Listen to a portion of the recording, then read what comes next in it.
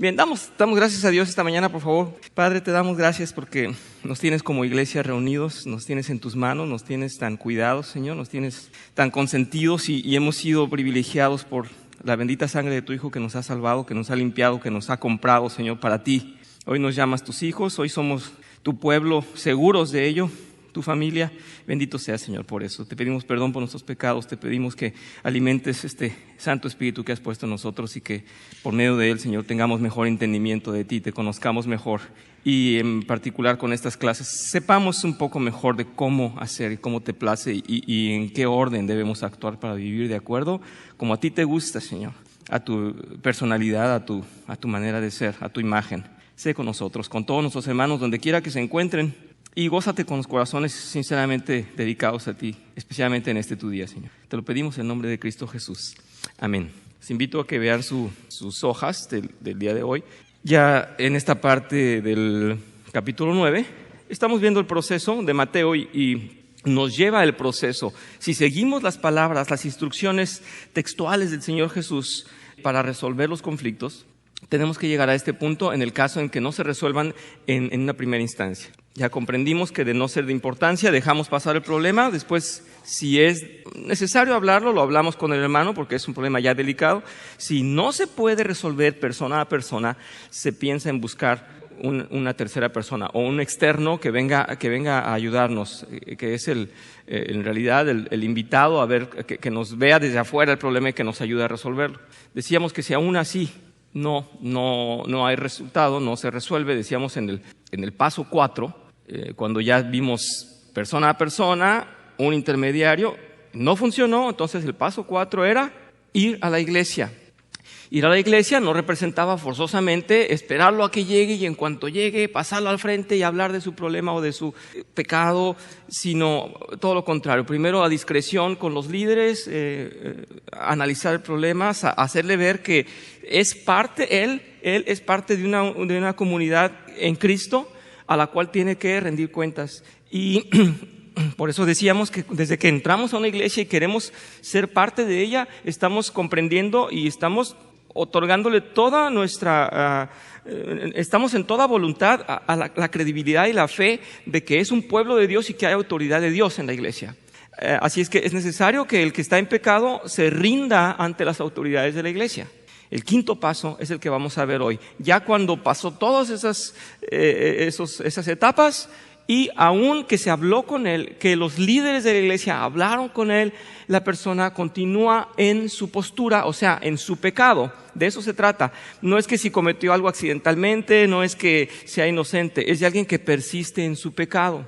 Podemos encontrar a cualquiera de nosotros pecando insistentemente. Yo les había comentado que una de las características que tiene, así como tenemos dones diferentes y cualidades diferentes cada uno de nosotros, tenemos también nosotros cada uno fragilidad a ciertos pecados. Alguna vez lo hablamos y hoy quiero solamente hacer un poquito llamado a eso. ¿Verdad que tenemos fragilidad al mismo pecado? ¿Verdad que tenemos una cosa en la que sí nos doblan, en la que la tentación ahí sí nos llega? Pues todos. En una conferencia se decía, bueno, es que levanten la mano los que son perezosos, y primero nadie. Y después les empezaron a decir, bueno, pero ¿a poco no suceden estas circunstancias? Y empezaron a traernos eventos de la vida diaria en realidad, pues muchos decíamos, no, pues la verdad es que yo soy algo perezoso. Y dijeron, bueno, tenemos un buen número de los que al principio decían que no y ahora comprenden que sí. Pero hay un número de los que saben que sí, pero no levantaron la mano. ¿Por qué? Por perezosos. Bien, así es que todos estamos involucrados en un pecado o en otro. Y como decimos, sabemos de dónde cojeamos o en qué parte nos duele algo. Y es probable que ese hermano o nosotros, cuando seamos llamados al concilio de la iglesia, al consejo de la iglesia, se nos llame la atención y aún así persistamos en nuestro pecado. Lo hermoso sería que no, que seamos corregidos, pero si aún así y no tenemos dominio propio y no mostramos que tenemos arrepentimiento genuino y una verdadera voluntad de cambiar, será posible entonces que se nos llame incrédulos. Pero vamos a leer al autor cómo lo dice él y cómo se debe considerar entonces a un incrédulo, porque tú y yo estamos propensos a hacer esto si es que nos mantenemos en necedad y nos brincamos todas estas etapas sin obedecer o sin recapacitar. Y dice así, dice en el quinto paso, dice, trátelo como a un incrédulo. Dios llama a su pueblo a actuar justamente, a buscar la paz y a ser reconciliados con los demás. Si un cristiano se rehúsa a hacer estas cosas, está violando la voluntad de Dios. Si se rehúsa a escuchar el consejo de su iglesia de arrepentirse de su pecado, Jesús dice que la iglesia debe tratarlo como si fuera un incrédulo o un renegado. No es para nada un regenerado, es todo lo contrario. Quiero hacer énfasis en la palabra como, porque es lo que dice el autor enseguida. Hay que ver por qué dice como un incrédulo. Dice, el uso del Señor Jesús de la palabra como es significativo. Dado que solo Dios puede conocer el corazón de una persona, la iglesia no tiene ningún poder para decidir si una persona es creyente. En cambio, la iglesia es llamada a tomar solo una decisión funcional. Si una persona se comporta como lo haría un incrédulo, no tomando en cuenta la autoridad de la Biblia y la iglesia de Cristo, debe ser tratada como si fuera un incrédulo. Esto debe hacer dos cosas en nosotros. Por una parte, realmente traer un sentido de justicia, realmente traer un sentido de responsabilidad de la iglesia sin abandonar lo otro, tener la suficiente cordura como para nunca nosotros poder determinar si la persona es salva o no. Entonces nos mantiene realmente en una necesidad de ser centrados, equilibrados y tener el discernimiento de Dios, porque ¿quién de nosotros puede ir? ¿Quién puede decir de nosotros si alguien más va a ir al cielo o no? Hemos dicho que aún el incrédulo en su último instante de vida puede ser llamado por Dios y puede ser rescatado. Esa es capacidad de Dios, no es la nuestra. Sin embargo, en tantas ocasiones somos llamados a diferenciar, realmente diferenciar lo bueno de lo malo, lo justo de lo injusto. Y el Señor dice, ay de aquel que confunda ambas cosas, o que las mezcle o que las invierta, que llame bueno a lo malo y malo a lo bueno. De hecho, el mundo en este tiempo está llamando bueno a lo que es malo. Así es que no olvidemos esa luz que ha sido dada para nosotros y esa capacidad de comprender y de apreciar lo que es bueno y es malo. Yo he dicho tantas veces que la palabra juicio tiene dos acepciones muy, muy importantes. Y una es realmente ser el que juzga, ser el que tiene la capacidad de culpar a alguien o de dar sentencia a alguien. Y la otra es simplemente de poner en equilibrio las cosas y en discernimiento decir qué es bueno y qué es malo. Así es que, número uno, y quiero que no se me salga de ahí la idea y que ojalá la pueda transmitir correctamente. Número uno, somos llamados a distinguir blanco de negro, bueno de malo. Si hay un comportamiento correcto, podemos aceptarlo, decir, bueno, la persona es aceptable, la persona es correcta. Si hay un comportamiento pecaminoso, debemos de decirlo y debemos de comprender, hay pecado.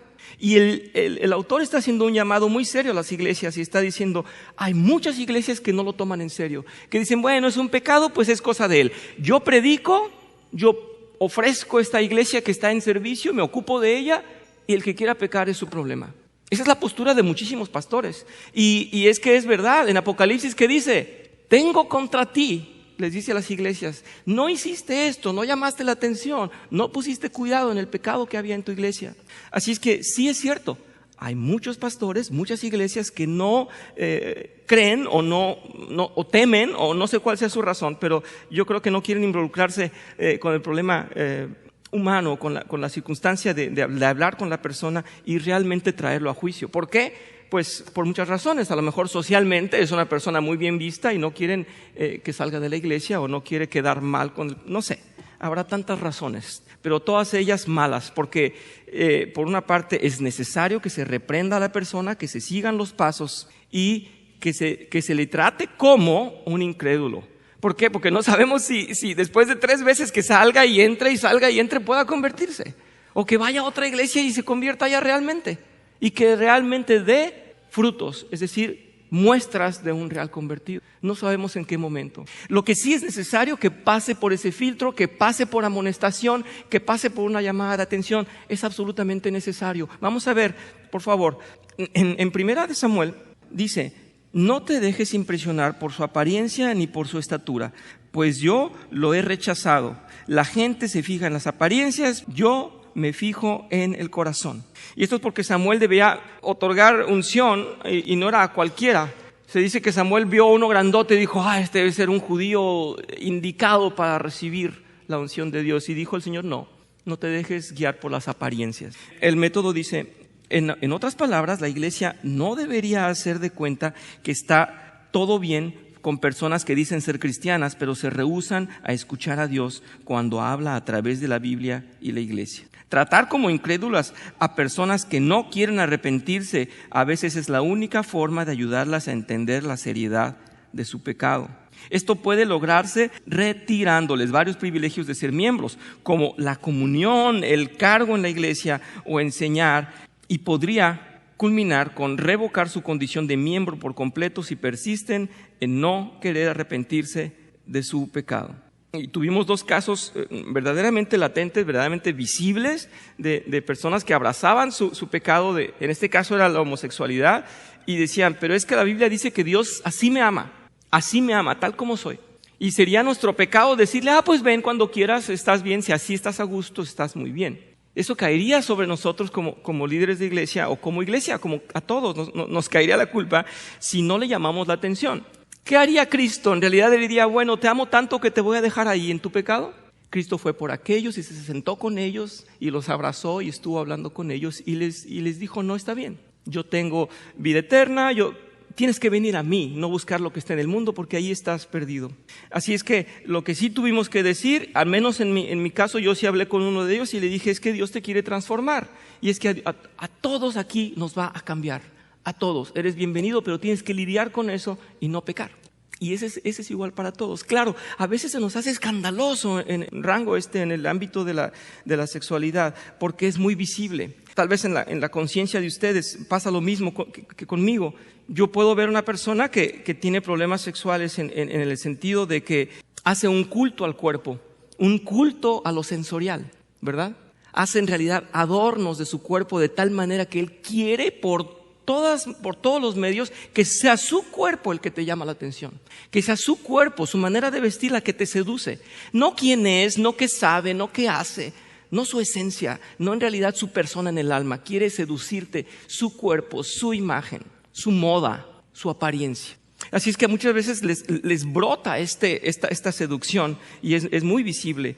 Tendemos que decir en la iglesia, estás obrando mal. Había de veras esa persona que nos decía, yo vengo aquí, me encanta la palabra de Dios, pero sé que Dios me ama tal como soy. Y ahí está el error.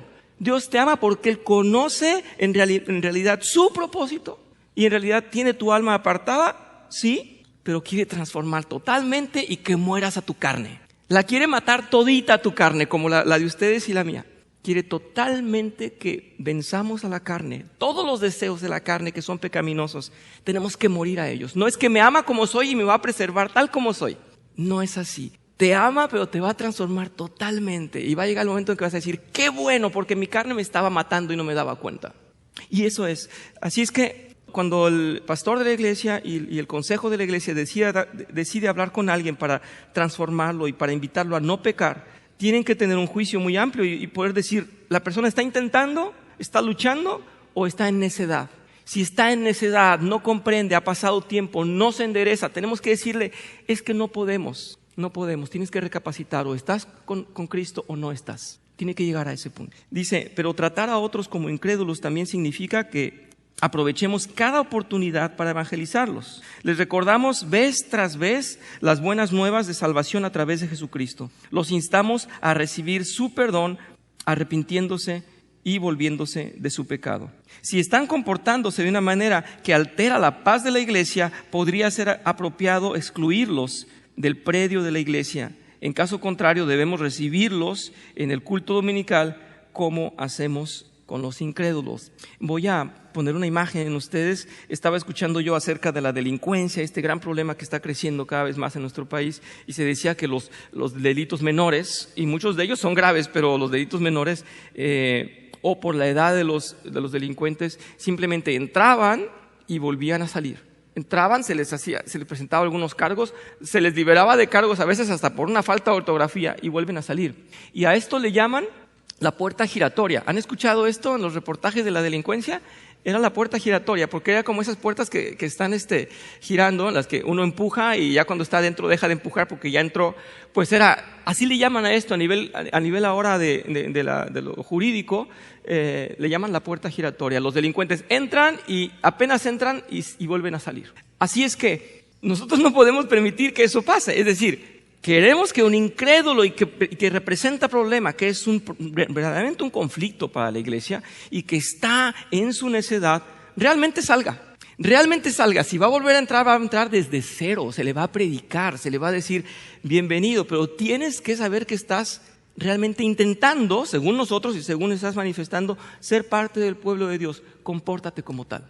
Eso sería para nosotros. Parece que lo creemos como imposible, pero sí sucede y debería de suceder. Si queremos realmente que la iglesia trabaje como debe ser, celosa del cuerpo de Dios. Dice, pero en vez de hablarles de maneras superficiales, debemos recordarles amable y repetidamente acerca del Evangelio e instarlos a arrepentirse de sus faltas. Decíamos, la iglesia de Dios es una iglesia de pecadores, una iglesia de gente que necesita reparación. Estamos enfermos, decía el señor Jerry Cross, es como un hospital, estamos todos en recuperación, ¿verdad? Somos todos pecadores en recuperación, pero tenemos deseos. Es que por algo decía el Señor, cuando había demasiado pecado, la gracia sobreabundó.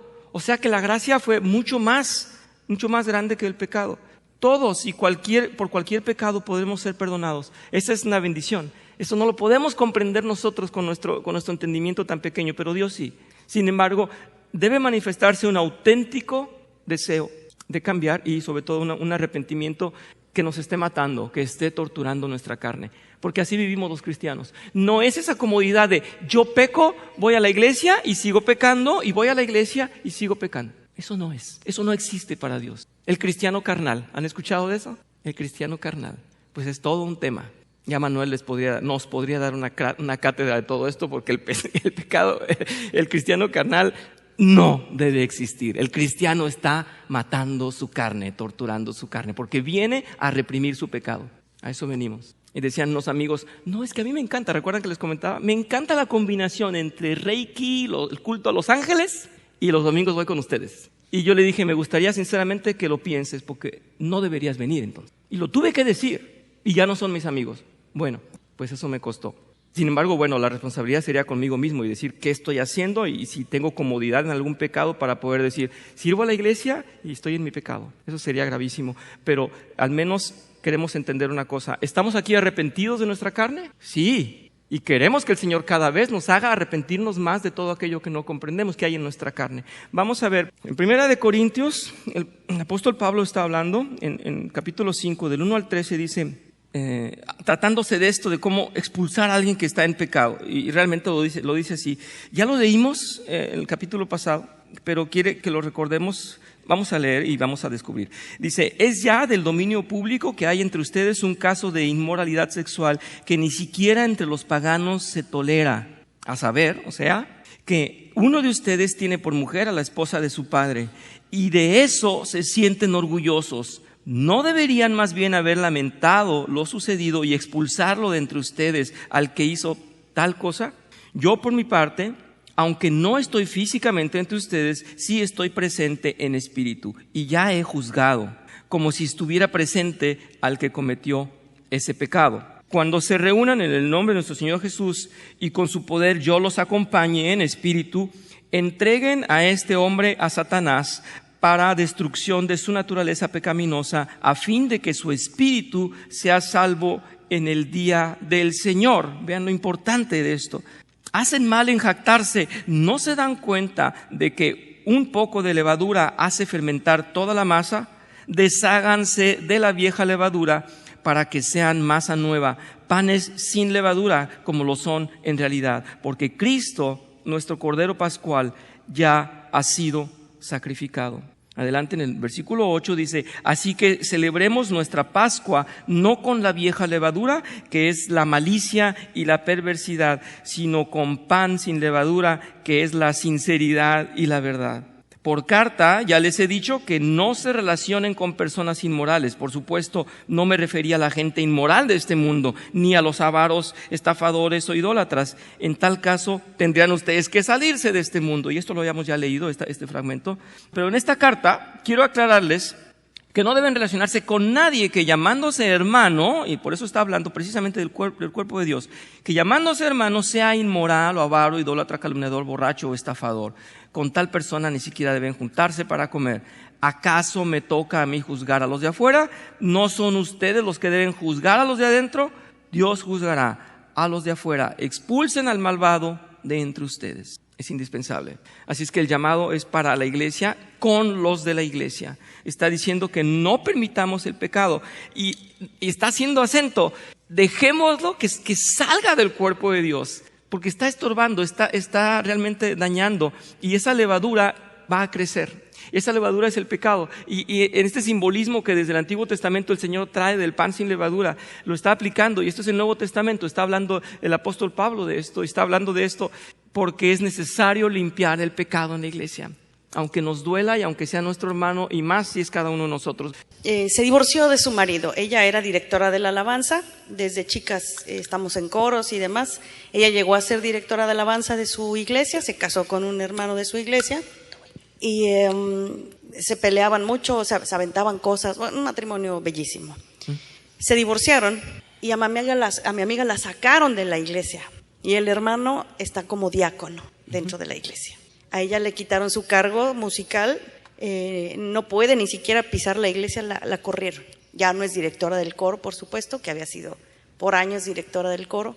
Y a todas las muchachas de mi edad, a todas las amigas, obviamente se nos hace una injusticia. ¿Por qué a ella la corrieron, la vetaron, la crucificaron, la condenaron?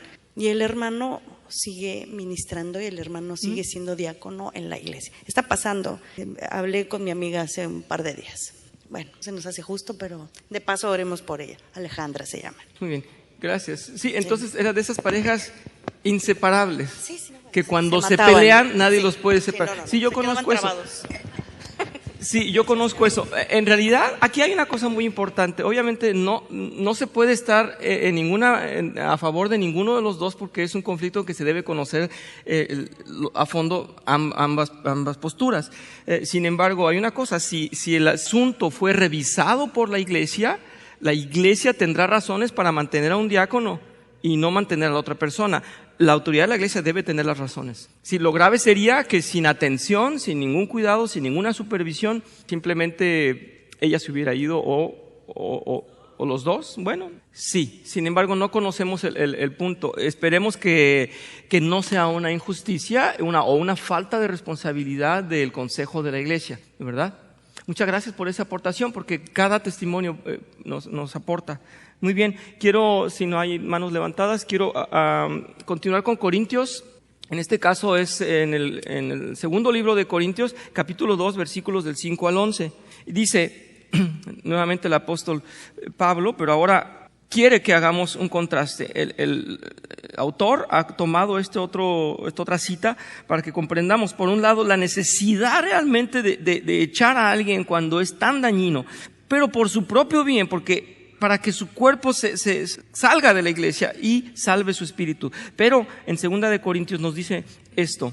Por eso decía yo, ambas cosas son importantes. Dice 2 de Corintios, capítulo 2, versículos del 5 al 11, dice: si alguno ha causado tristeza, no me la ha causado solo a mí. Hasta cierto punto, y lo digo para no exagerar, se la ha causado a todos ustedes. Para él es suficiente el castigo que le impuso la mayoría. Más bien, deberían perdonarlo y consolarlo para que no sea consumido por la excesiva tristeza.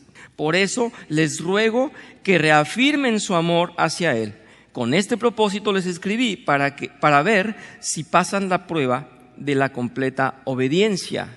Vean lo importante que está diciendo, la completa obediencia, o sea, los dos puntos. A quien ustedes perdonen, yo lo perdono. De hecho, si había algo que perdonar, lo he perdonado por consideración a ustedes en presencia de Cristo, para que Satanás no se aproveche de nosotros, pues no ignoramos sus artimañas. Yo creo que más clase que esta que nos está dando Pablo no puede haber.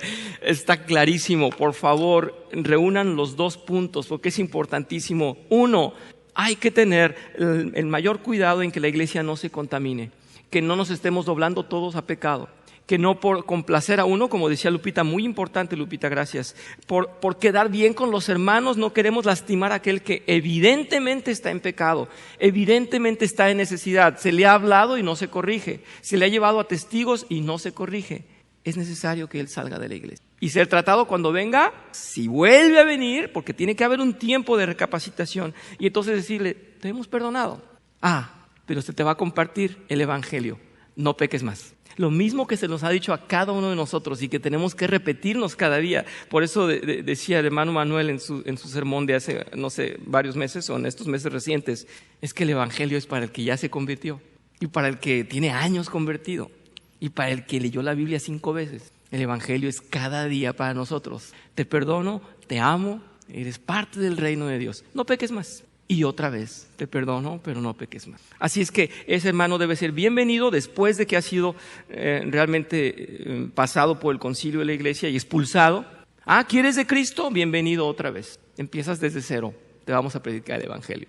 Y es que si en realidad está sediento y si no era convertido antes, va a ser fresco el evangelio para él, ¿verdad? Esperemos. Eso en el mejor de los casos. Así es que dice, tratar a alguien como un incrédulo cumple 3 propósitos importantes. Véanlos ahí que los he puesto para ustedes. Primero, revocar la membresía de la persona en la iglesia impide que el Señor sea deshonrado si esa persona sigue actuando abiertamente de formas pecaminosas. Entonces, número 1, estaba ofendiendo el nombre de Dios, así es que tenemos que eliminarlo de la iglesia. Es Romanos 2, versículos 23-24, lo está señalando, dice, tú que te jactas de la ley, deshonras a Dios, quebrantando la ley. Así está escrito, por causa de ustedes se blasfema el nombre de Dios entre los gentiles. ¿Qué testimonio estaba en realidad dando todos los fariseos, este grupo de judíos que estaban abrazando la ley? Estaban dando un mal testimonio de Dios.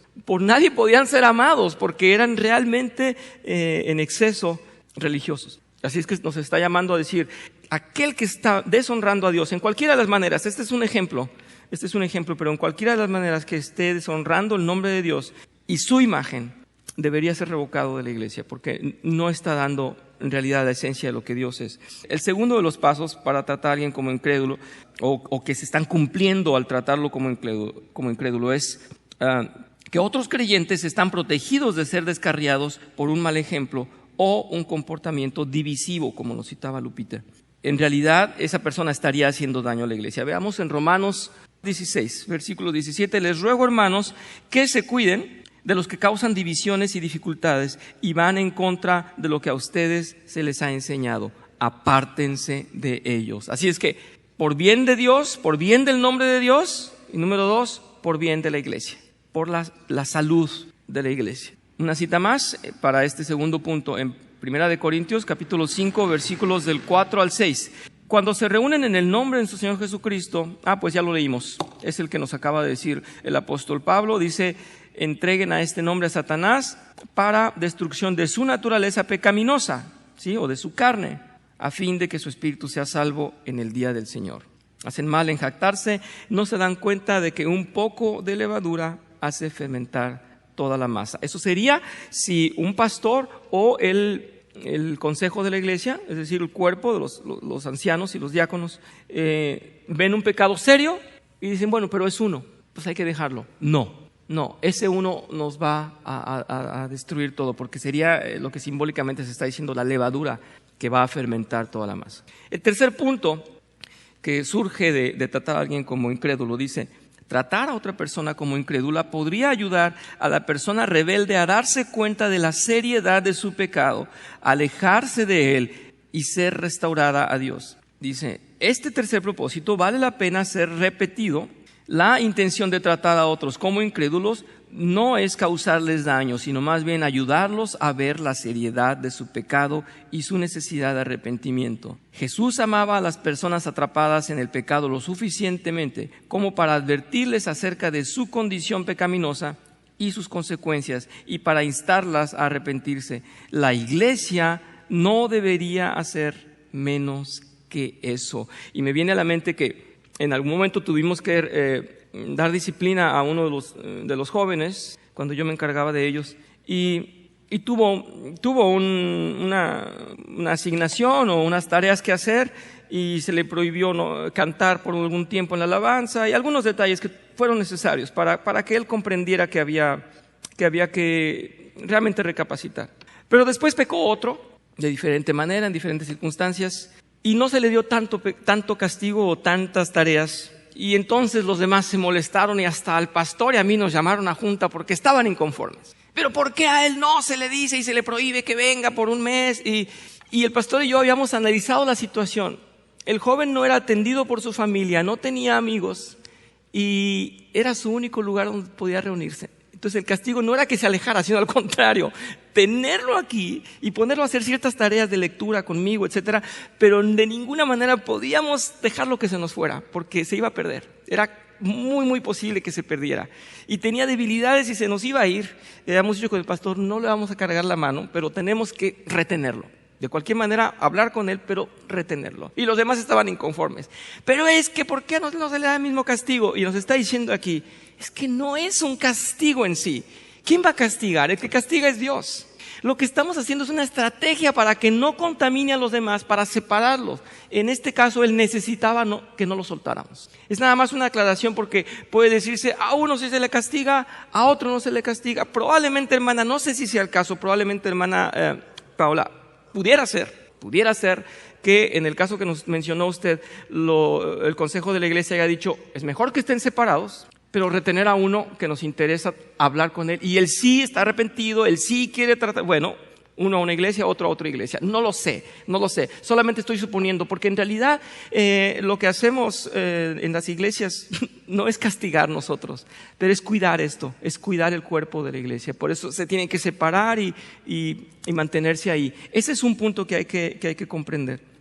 Los invito a que veamos Marcos, versículos del 15 al 17, dice, sucedió que estando Jesús a la mesa en casa de Leví, muchos recaudadores de impuestos y pecadores se sentaron con él, y sus discípulos ya eran muchos los que le seguían. Dice, cuando los maestros de la ley, que eran fariseos, vieron con quién comía, le preguntaron a sus discípulos, y come con recaudadores de impuestos y con pecadores. Al oírlos, Jesús le contestó, no son los sanos los que necesitan médico, sino los enfermos, y yo no he venido a llamar a justos, sino a pecadores. Eso es para reflexión de lo que acabamos de hablar. En Juan 4, versículos del 1 al 18, dice, Jesús se enteró de que los fariseos sabían que él estaba haciendo y bautizando más discípulos que Juan, aunque en realidad no era Jesús quien bautizaba, sino sus discípulos. Por eso se fue de Judea y volvió otra vez a Galilea. Cuando tenía que pasar por Samaria, llegó a un pueblo samaritano llamado Sicar, cerca del terreno que Jacob le había dado a su hijo José. Dice, allí estaba el pozo de Jacob. Dice, Jesús, fatigado en el camino, se sentó junto al pozo. Era cerca del mediodía. Sus discípulos habían ido al pueblo a comprar comida. En eso llegó a sacar agua una mujer de Samaria y les dijo, dame un poco de agua. Pero los judíos no usan nada en común como los samaritanos. La mujer respondió, ¿cómo se te ocurre pedirme agua si tú eres judío y yo soy samaritana? Si supieras lo que Dios puede dar y conocieras al que te está pidiendo agua, contestó Jesús, tú le habrías pedido a él y él te habría dado agua que da vida. Señor, ni siquiera tienes con qué sacar agua y el pozo es muy hondo. ¿De dónde, pues, vas a sacar esa agua que da vida? ¿Acaso eres tú superior a nuestro padre Jacob, que nos dejó este pozo del cual bebieron él, sus hijos y su ganado? Todo aquel que beba de esta agua volverá a tener sed, respondió Jesús. Pero el que beba del agua que yo le daré no volverá a tener sed jamás, sino que dentro de él esa agua se convertirá en un manantial del que brotará vida eterna. Señor, dame de esa agua para que no vuelva a tener sed ni siga viniendo aquí a sacarla. Ve a llamar a tu esposo y vuelve acá, le dijo Jesús. No tengo esposo, respondió la mujer. Bien has dicho que no tienes esposo. Es cierto que has tenido 5 y el que ahora tienes no es tu esposo. En esto has dicho la verdad. Bien, es solamente un fragmento que da ejemplo a lo que yo acababa de decir. Yo hablé con esta persona que abrazaba su homosexualidad y le dije, tienes que tienes que vencerlo, tienes que dejarlo, porque aquí estamos realmente los que queremos una vida sin los deseos de la carne que nos están estorbando. Y es lo que le estaba diciendo Jesús a la samaritana: tienes agua que da vida. Y dijo ella: entonces quiero de él. Quiere decir que aquel que es expulsado y que si acaso vuelve a venir, tiene que entender que aquí hay vida. Ese sería nuestro lema de bienvenida para él, nuestro abrazo, decirle: bienvenido, vienes a la vida que hay en Cristo. Deja tu carne fuera. Eso es para cada uno de nosotros. Es decir, que con ese rigor y con esa seriedad con que se trató a la iglesia para poder expulsarlo, con ese mismo ahínco, con ese mismo fervor, tenemos que comunicar que las buenas nuevas, siempre las buenas nuevas. Es nuestra tarea, es nuestra función como iglesia. Si no hay comentarios, sí, gracias.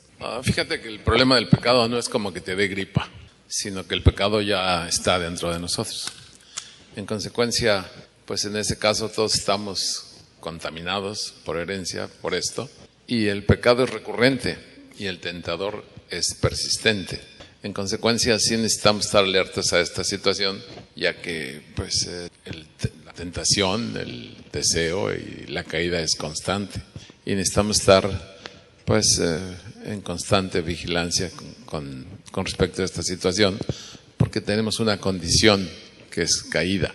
Y afortunadamente Dios la conoce. Entonces cada vez que hay un desacuerdo entre esposo y esposa, vamos a decir, esos desacuerdos que llevan a rompimiento, definitivamente ambos tienen la culpa, pero definitivamente todas las condiciones son diferentes. Y pues hay que considerar que Satanás siempre quiere que la falta de unión y el desentendimiento de razones prevalezca entre las gentes, para mal ejemplo de todos y para que vean que es inútil seguir con todas estas cosas.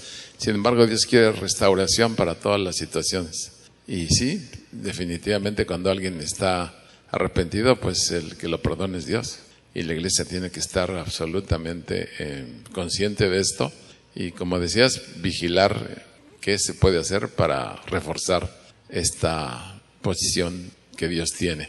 Nos falta mucha perspectiva a nosotros de cómo Dios ve las cosas y tendemos a juzgar únicamente por, pues como decía la hermana Paula, no es justo que se den las cosas así, pero alguien le hizo más caso a Satanás que el otro. Y debido a eso, pues creo que lo único que nos queda es atender eso y tratar de que el daño sea el menor para la iglesia, ¿verdad? Es que Dios nos dé a todos entendimiento de nuestra condición y de nuestros pasos para poder seguir adelante de manera persistente con Él. Exacto, yo creo que es nuestro clamor como líderes, tener el discernimiento de Dios para no pecar y no hacer daño a la iglesia. Bien, pues si no hay más manos levantadas, vamos a cerrar hasta hoy el estudio. La semana próxima, si Dios nos presta vida y si tenemos la oportunidad, veremos a continuación, hablaremos más de esto. Y gracias por sus comentarios.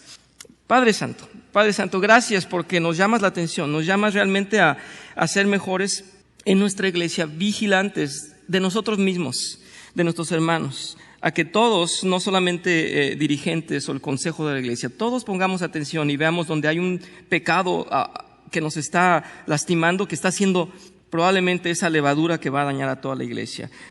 Atiéndenos, Señor, en sabiduría, realmente en un discernimiento para obrar bien y para que seamos realmente restaurados por ti y ayudados en esa situación tan delicada en la que vivimos constantemente, atacados por las tentaciones, todos y cada uno de nosotros. Dice tu palabra que se cuide también de no caer. Sea con nosotros, danos sabiduría, danos unidad como iglesia. Gracias por preservarnos hasta el día de hoy. Gracias por tus hermosas muestras de amor y de fidelidad para con tu pueblo que te es tan infiel.